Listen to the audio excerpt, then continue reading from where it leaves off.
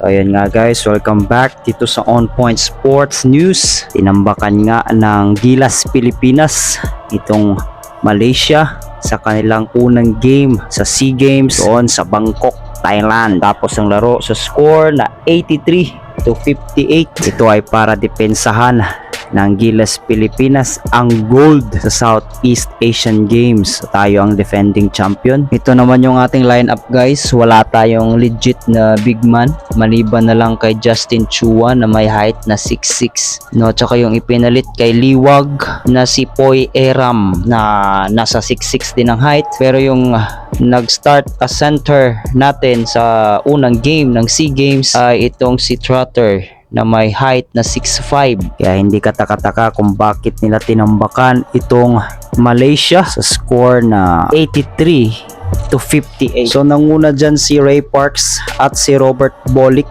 na may 18 points. Si Ray Parks 70 naman para kay Robert Bolick. Gumana yung mga 3-pointer ni Ray Parks, no? Unusual kasi itong si Ray Parks isa siyang slasher, no? Mahilig siyang umatake sa ilalim, drive to the basket. Pero ngayon si Ray Parks ay tumira ng maraming 3-pointer at successful naman. Hindi na din katakataka itong si Robert Bolick kasi talagang mahusay din itong player na ito. At saka veterano na rin sa international games. Samantala si Thirdy Ravena naman ay may quiet double-double with 13 points and 10 rebounds. Maganda din yung ipinakita niya dun sa line, sa free throw line. Tumira siya ng 10, pumasok yung 9. Kaya naman talagang maganda ang ipinakita ng Gilas Pilipinas sa SEA Games. Sa unang quarter medyo nangangapa pa yung ating team, pero sa pangunguna naman ni Coach Norman Black ay madali namang nakabawi ang ating koponan.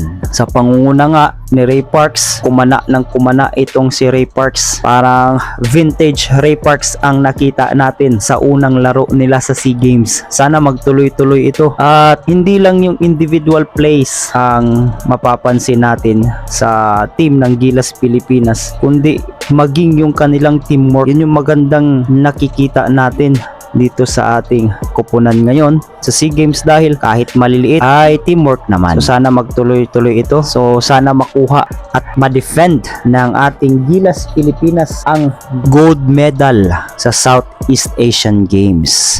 So antabayanan pa natin ang kanila mga susunod na laro at suportahan natin ang ating koponan na pangbato natin sa Southeast Asian Games. Para sa mga marami pang sports balita ay patuloy ninyong subaybayan itong On Point Sports News.